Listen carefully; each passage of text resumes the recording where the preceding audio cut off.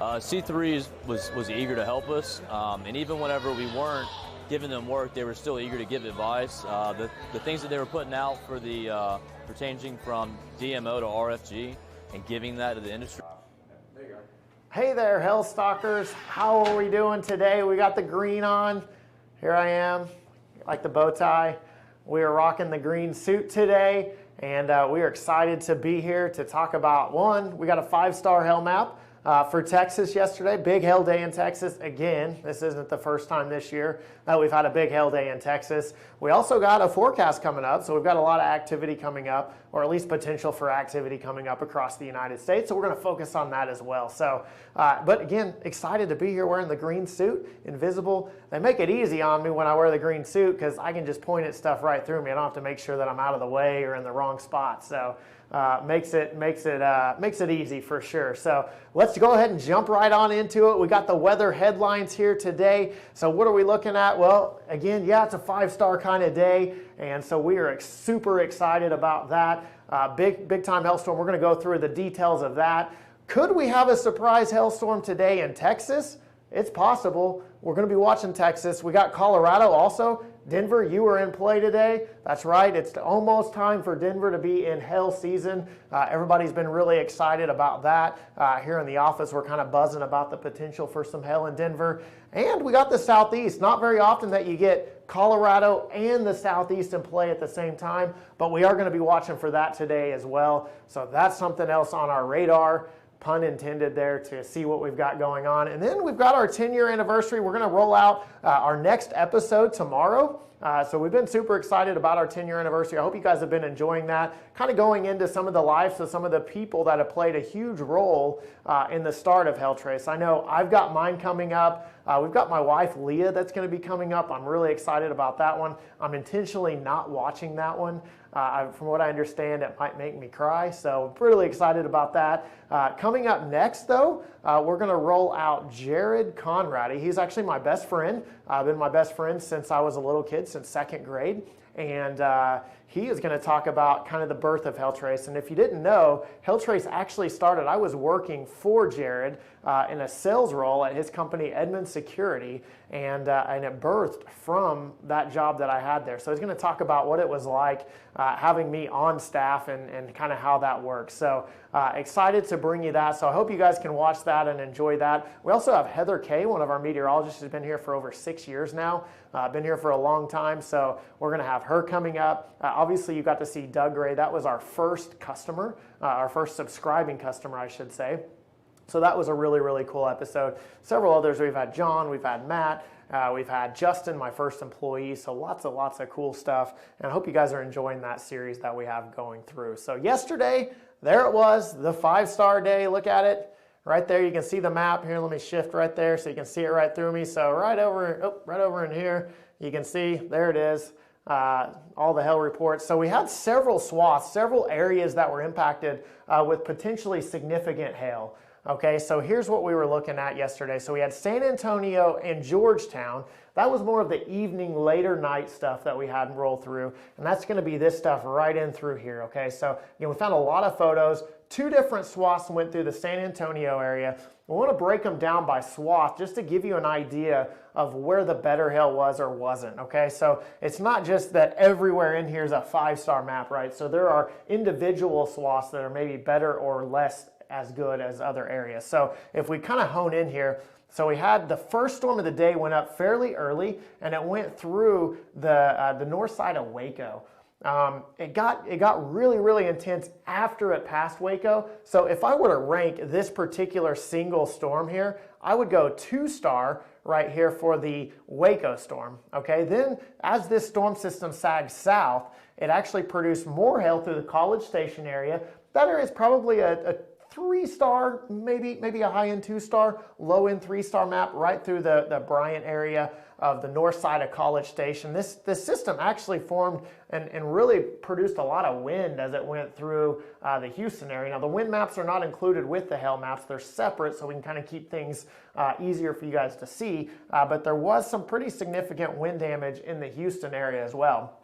Then later in the afternoon, on the tail end of an outflow boundary that strung across the north side all the way up to Abilene, we had another cluster of storms form, and those actually organized into 2 real significant supercells. And those 2 significant supercells are what trucked down all the way through the San Antonio area. So the front end supercell was the first one to go through the city. It dropped isolated baseball size hail. So there was some baseballs, but mainly it was in the 1/4 to 2-inch range. So there was quite a bit of 1/4 and 2-inch hail that fell with that storm. And then we had a couple of baseballs. So you had to kind of go out and find those. But there was some significant hail. We think that there's going to be some significant hail damage with that. The second supercell actually came across the west side of San Antonio, and it was significant, but not nearly as significant as the first supercell. 1, it hit less people. 2, the hail was much more isolated.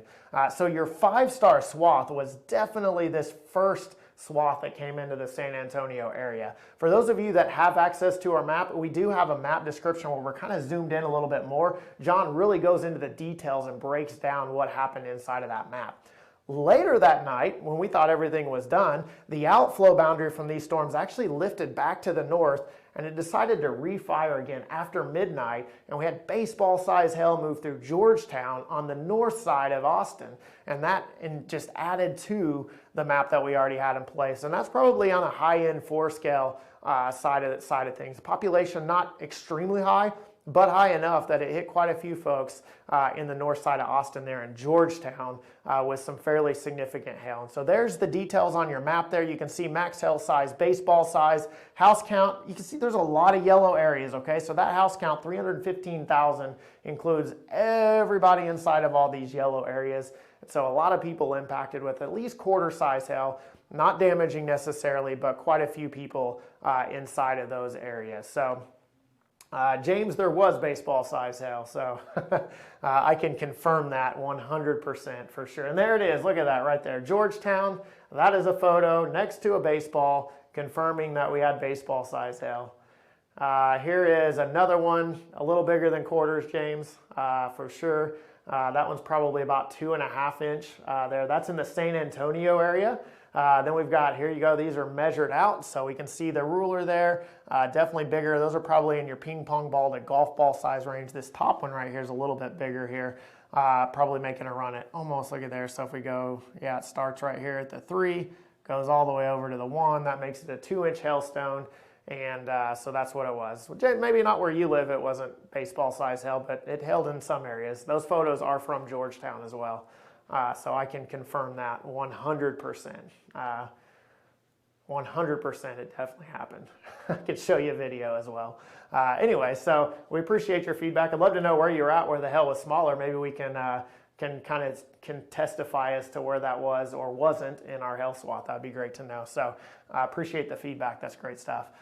Anyway, so here's our forecast for today. Again, we do have hail opportunities coming today. Now notice we have the little green icons here. And so green icons meaning that lower chances, right? So the chances of individual hailstorms impacting those cities, fairly low. And you can see we've got the color based off of the size of hail. So we have low chances of hail in any one particular city, but the biggest hail should happen right here next to Mexico. So storms will fire actually in Mexico and should roll into Texas. Same thing up here. Again, we could have some golf ball size hail up in northern Alabama, northern Mississippi, and southern Tennessee. But again, chances of getting that in any one particular city are fairly low.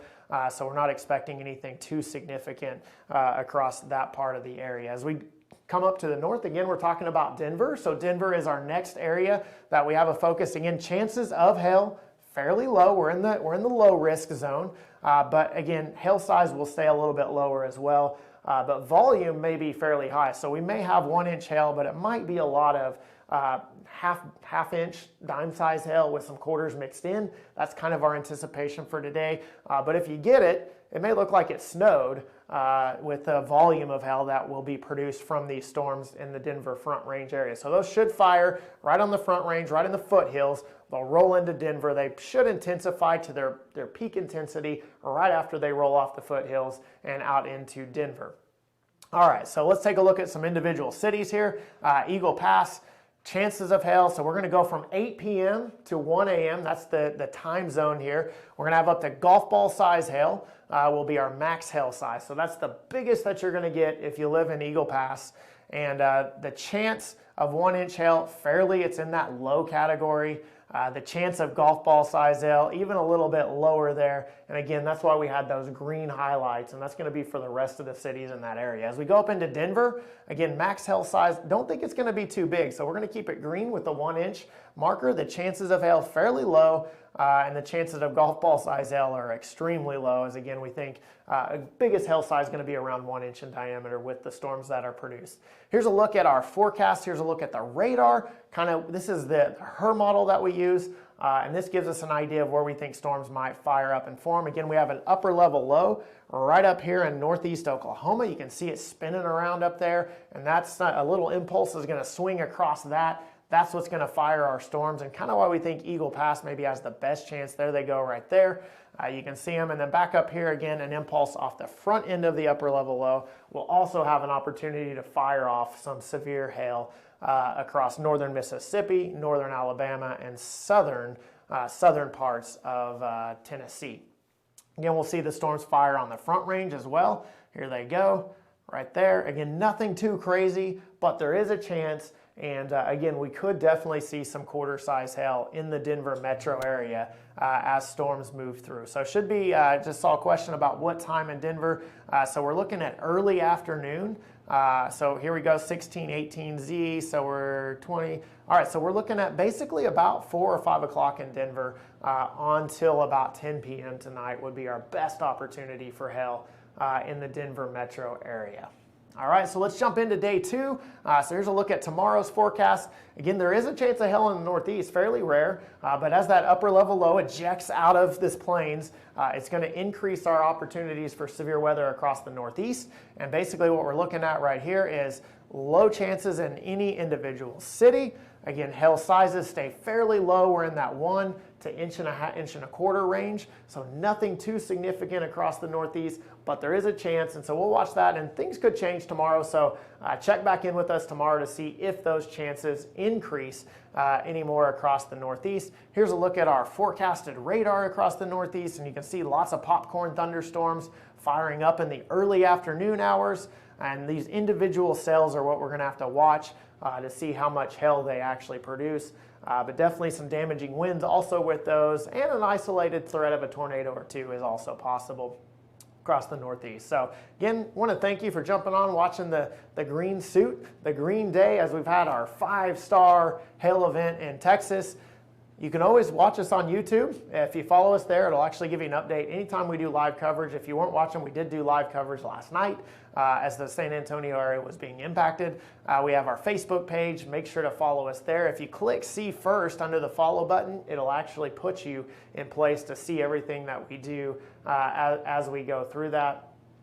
We have Instagram. Make sure to follow us on Instagram and Twitter as well. Lots of places for you to keep up with us. And as always, if you have any questions or anything that we can help out with, please feel free to contact us. There is our office number, info@hailtrace.com, or you can just go to our website, hailtrace.com. We also have a chat feature on our website that enables you to chat with us and keep up with us that way. So again, hope you enjoyed the forecast. If you have any questions or need us, please feel free to reach out. We look forward to seeing you guys tomorrow, and hopefully we have some more storms to talk about. Take care.